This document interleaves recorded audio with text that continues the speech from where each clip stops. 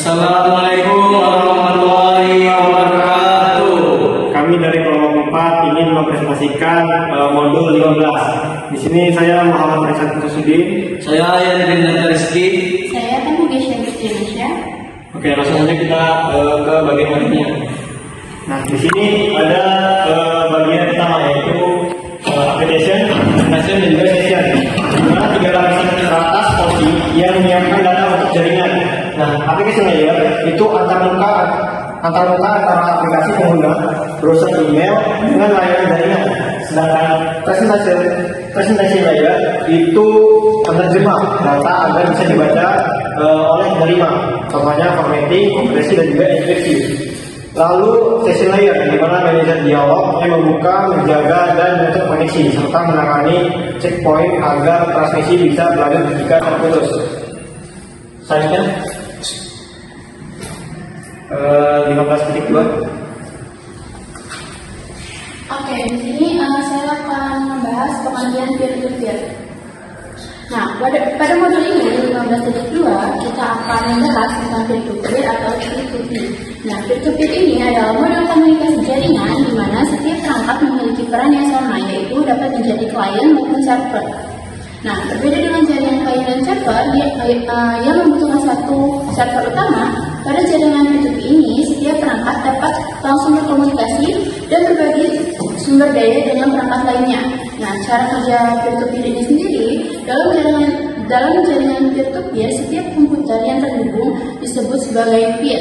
Nah, setiap peer ini dapat meminta maupun memberikan layanan kepada peer lainnya.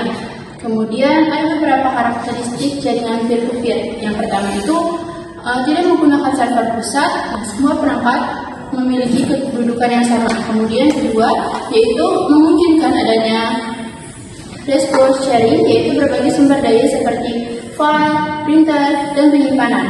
Kemudian yang ketiga itu ada jaringan P2P. Nah, ini mudah dibuat karena tidak membutuhkan konfigurasi server yang kompleks. Berikutnya.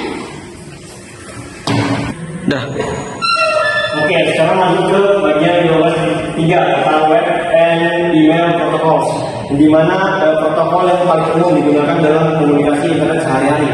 Web protokol atau HTTPS atau HTTPS. Nah, di sini HTTP itu protokol untuk mentransfer data web seperti teks dan juga gambar. Lalu ada HTTPS yang dimana versi aman dari HTTP yang menggunakan enkripsi, yaitu SSL atau TLS. Nah, untuk melindungi data saat dikirim email protokol. Nah, di sini ada SMTP yang digunakan untuk mengirim email dari klien ke server atau antar server ke email. Dan terakhir ada POP atau IMAP yang dimana digunakan untuk mengambil atau menerima email dari server ke perangkat pengguna. Lanjut materi modul 15.4 IP address service. Yang materi pertama 15.4.1 domain name system atau DNS. Pengertiannya adalah DNS adalah layanan yang menerjemahkan nama domain menjadi alamat IP sehingga pengguna tidak perlu menghafal alamat IP. Contohnya www.google.com dengan 142.250 dan seterusnya.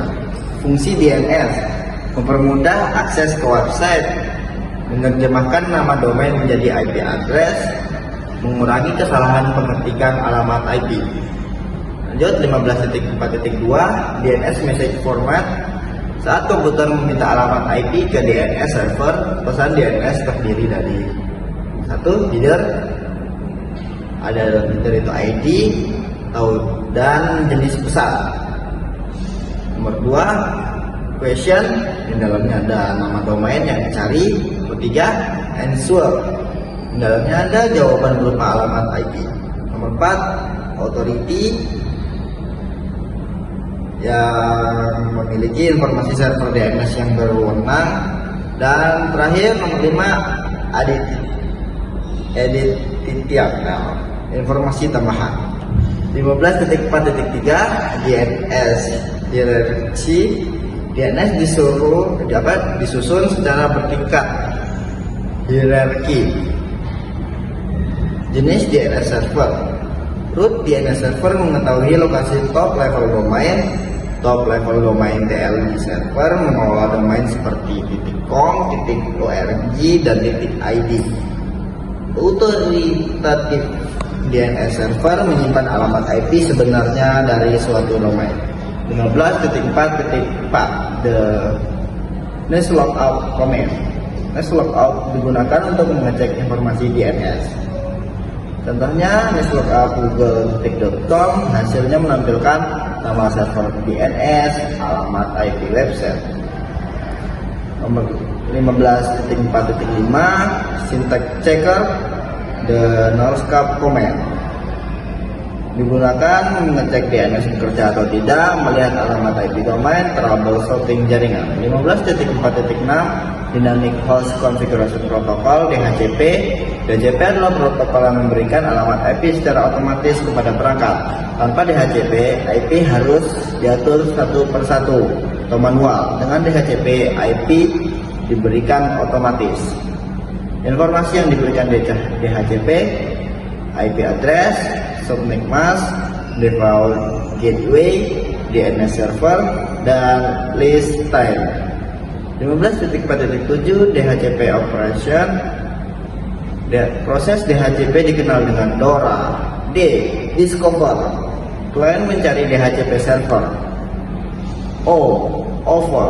DHCP server menawarkan alamat IP. R. Request. Klien meminta IP tersebut. A. Acknowledge.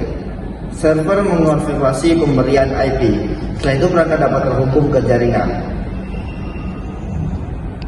Jadi ringkasan DORA itu ada discover atau D, O ada offer, R adalah request, dan A ada acknowledge. Sekian. Wassalamualaikum warahmatullahi wabarakatuh.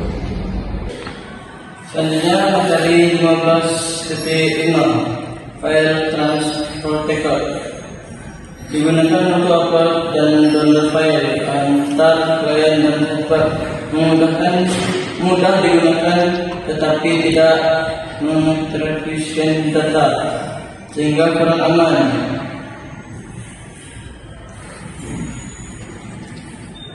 Digunakan untuk berbagai file, folder, dan print dalam jaringan terutama pada web.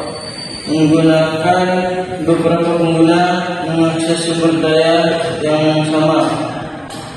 Menguji pemahaman tentang fungsi FTP.